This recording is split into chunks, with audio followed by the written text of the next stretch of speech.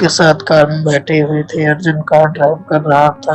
अब कार तेज चलाने से क्या फायदा, अर्जुन थोड़ी धीमे चलाओ ना, तुम्हारा भी कुछ पता नहीं है। दिशा कुछ देर पहले ही कह रही थी कि तेज चलाओ। अब बोल रही हो कि स्पीड स्लो कर लो, क्योंकि तुम्हारी आवाज से मेरा मिस हो गया। अचानक कार झटका देते हुए रुक गई। क्या हुआ? अचानक क्यों रोकता नहीं? दिशा बाहर निकल कर देखना पड़ेगा कि प्रॉब्लम क्या है। अर्जुन कार का बोनट खोल कर चेक करने लगा, तभी उसकी नजर सामने एक थिएटर पर पड़ी जो कि लाइट से जगमगा रही थी। दिशा, या तो कोई थिएटर मालूम पड़ता है। सही कह रहे हो, चलो ना अर्जुन, थिएटर के अंदर चलते हैं। हो सकता है कि वहाँ पर कोई प्ले चल रहा हो। पागल हो गई हो क्या? रात के 11 बज रहे हैं। चलो ना अर्जुन, हो सकता है कि अंदर हमें कोई कार का मैकेनिक भी मिल जाए। दिशा अर्जुन से जिद करने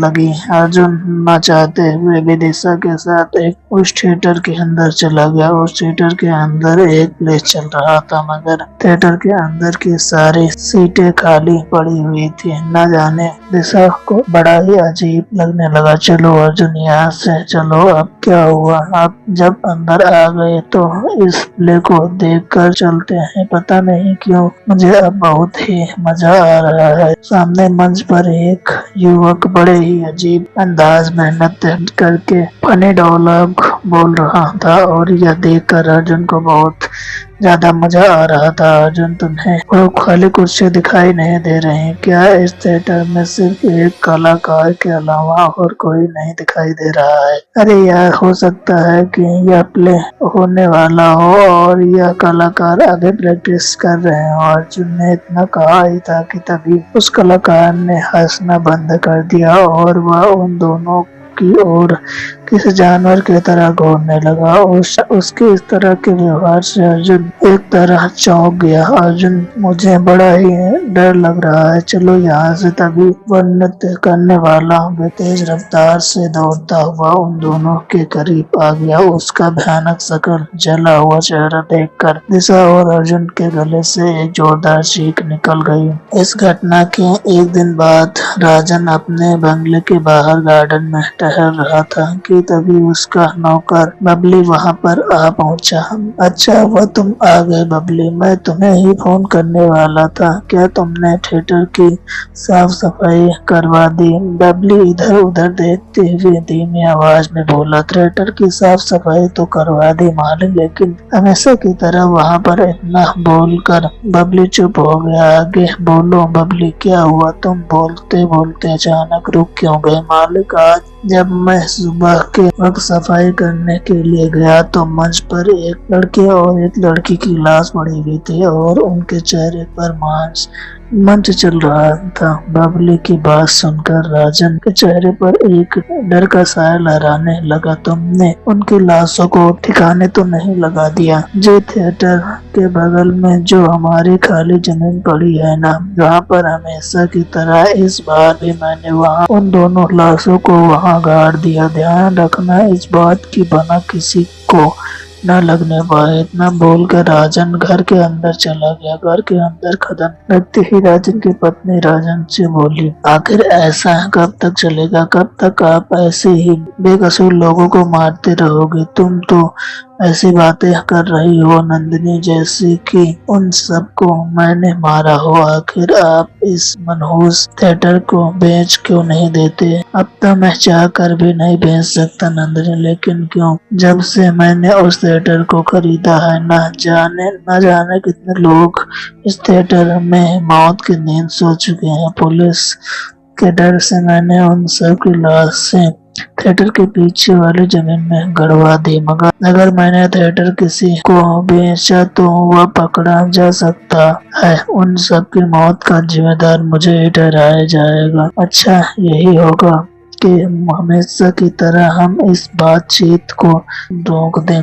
राजन बाहर जाने की तैयारी कर रहा था कि तभी उसके बंगले में इंस्पेक्टर अभिमन्यु सोच रहे होंगे कि मैं आपके बंगले में क्या कर रहा हूँ। बिल्कुल सही कहा आपने, मैं इस इलाके का नया थाना इंचार्ज हूँ। कहिए मैं आपकी क्या मदद कर सकता हूँ? दरअसल कल रात अर्जुन नाम का एक व्यक्ति अपनी पत्नी दिशा के साथ इसी थिएटर में प्ले देखने गया था, मगर घर लौटते हुए वो दोनों अचानक गायब हो गए। तो इसमें मैं आपकी क्या मदद कर सकता हूँ? उन दोनों के मोबाइल की आखिरी लोकेशन आपके थिएटर के आसपास ही ट्रेस हुई है और मैंने पता किया है कि इससे पहले भी बहुत से लोग आपके थिएटर के आसपास ही लापता हुए हैं जो आज तक मिले ही नहीं। तो कहीं आप या तो नहीं समझ रहे कि उन सबको गायब करने में मेरा हाथ है? फिलहाल तो मैं ऐसा बिल्कुल नहीं सोच रहा हूँ। बस आपको यह बताने के लिए आया हूँ कि उन सारे लापता लोगों की केस की फाइल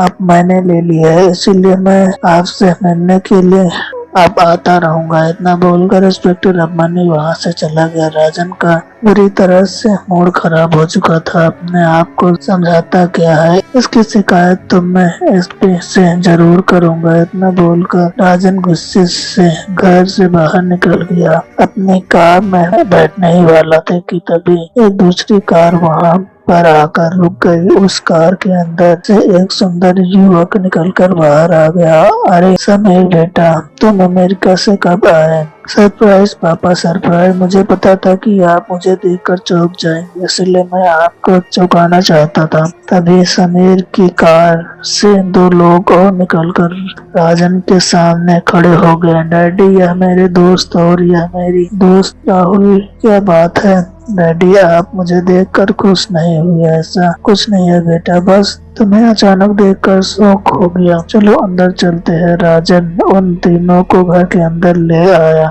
अपने बेटे को देखकर नंदनी भी खुश हो गई। अब इस बार तुम अमेरिका से यहाँ कितने दिन के लिए आए हो? इस बार मैं तुम्हें जल्दी जाने नहीं दूंगी, चिंता मत कीजिए मम्मी, इस बार मैं कहीं नहीं जाने वाला। जानती है, मैं और मेरा दोस्त तीनों आपस में मिलकर अपने थिएटर में इंडिया का सबसे बड़ा प्ले करवाने वाले हैं। कल शाम को अमेरिका से कुछ बड़े एक्टर भी आएंगे उस प्ले में हिस्सा लेने के लिए। मैंने मुंबई से बड़े बड़े लोगों को इनवाइट भी किया है। समीर की बात सुनकर राजन बुरी तरह से चौंक गया। उसके चेहरे पर डर झलकने लगा। क्या तुम अपने थिएटर की बात कर रहे हो? हाँ, उसी की बात कर रहा हूँ। जब मेरे पास इतना बड़ा थिएटर मौजूद है तो फिर भला मैं दूसरे थिएटर क्यों बुक करूँगा? और वैसे भी जब से वह थिएटर आपने खरीदा है तब से वह बंद ही पड़ा है। लेकिन आप चिंता मत कीजिए, अब मैं उस थिएटर को दोबारा खोलूंगा और सारी दुनिया को चौंका दूंगा। और हाँ पापा, कल जो प्ले होगा ना, उसका राइडर मैं ही हूँ। इतना बोलकर समीर अपने दोस्त के साथ वहाँ से चला गया।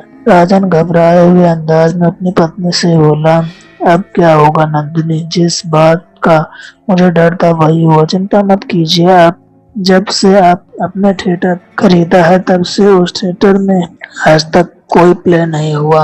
हो सकता है कि प्ले होने के बाद वहाँ की परिस्थितियाँ बदल जाएं। आप बबली को थिएटर भेज दीजिए और बोल दीजिए कि वह मेरे बेटे और उसके दोस्तों का ध्यान रखे। अगले दिन वह पूरा थिएटर लोगों से भरा हुआ था। समीर अपने दोस्त के साथ बहुत खुश था। वहीं राजन और नंदिनी के चेहरे डरे हुए थे। क्या बात है पापा, मैं देख रहा हूँ कि आप जब से यहाँ पर बैठे हैं आपके चेहरे पर डर झलक रहा है। तुम्हारा प्ले कब शुरू होगा बेटा? बस पापा, होने वाला है। कुछ देर में यहाँ पर्दा खुल जाएगा और उसके बाद अपना यह थिएटर देखते ही देखते पूरे इंडिया में दुनिया में फेमस हो जाएगा। तभी वहाँ पर इंस्पेक्टर अभिमन्यु पहुँच गया। इंस्पेक्टर अभिमन्यु राजन की ओर देखकर मुस्कुराते हुए बोला, चिंता मत कीजिए, मैं बिन बुलाए मेहमान नहीं हूँ, बल्कि मुझे भी इनवाइट किया गया है। तभी पूंजा राहुल और समीर से बोली, चलो स्टेज पर चलते हैं, देखते हैं आखिर देर क्यों हो रही है। ऑडियंस प्ले के स्टार्ट होने का इंतजार कर रही है। वो तीनों स्टेज पर पर्दे के अंदर चले गए। कुछ देर बाद स्टेज पर अंधेरा छा गया और अचानक पर्दा खुल गया और एक अजीब से दिखने वाला व्यक्ति वहां पर नृत्य करने लगा। यह कैसा प्ले है, बाकी के कलाकार कहाँ हैं? न कोई अनाउंसमेंट, न कोई साउंड। क्या हो रहा है? यह इंस्पेक्टर अभिमन्यु ने इतना कहा ही था कि तभी वह भयानक दिखने वाला व्यक्ति इंस्पेक्टर अभिमन्यु की ओर देखकर शैतानों के अंदाज में हंसने लगा। अचानक राहुल, बल्ली, समीर और पूंजा की लाश रस्सी से टंगे हुए सबको दिखाई देने लगी। उन चारों के सिर जले थे। यह देखकर स्टेज पर भगदड़ मच गई। इंस्पेक्टर अभिमन्यु अपनी पिस्तौल निकालते हुए सभी लोगों से बोले, कोई भी स्टेज से बाहर नहीं निकलेगा। लेकिन इंस्पेक्टर अभिमन्यु की बात किसी ने नहीं सुनी। अब थिएटर में सिर्फ 3 लोग ही मौजूद थे। अचानक वह व्यक्ति दौड़ता हुआ राजन के पास आ गया और उसका जला और भयानक चेहरा देखकर इंस्पेक्टर अभिमन्यु भी डर से कांपने लगा। कौन हो तुम? यह थिएटर मेरा है। बरसों पहले यह इंसान इस थिएटर को मुझसे खरीदने के लिए आया था, मगर मैं इस थिएटर को अपनी जान से ज्यादा प्यार करता था। मैंने इसे बेचने से इनकार कर दिया। एक रात यहाँ इंसान शराब के नशे में धुत होकर मेरे पास आया और मुझसे जबरदस्ती अंगूठा लगवाकर मेरे थिएटर को अपने नाम कर लिया और मुझे जिंदा जला दिया। तब से मैं इसका इंतजार करता था और आज यह यहाँ आ गया। इसका मतलब यहाँ पर जितने भी लोग लापता हुए हैं उन सबको तुमने ही मारा है। हाँ, मेरे थिएटर में कोई भी इंसान आता है तो मैं उसे जिंदा नहीं छोड़ता। अचानक राजन और नंदिनी के शरीर में आग लग गई और वो दोनों जलकर खाक हो गए। वो भयानक व्यक्ति इंस्पेक्टर अभिमन्यु की ओर देखकर बोला, चले जाओ यहाँ से और दोबारा यहाँ मत आना। इंस्पेक्टर अभिमन्यु लेटे हुए वहां से भाग गया। उसने उन सारे केसेस की फाइल बंद कर दी।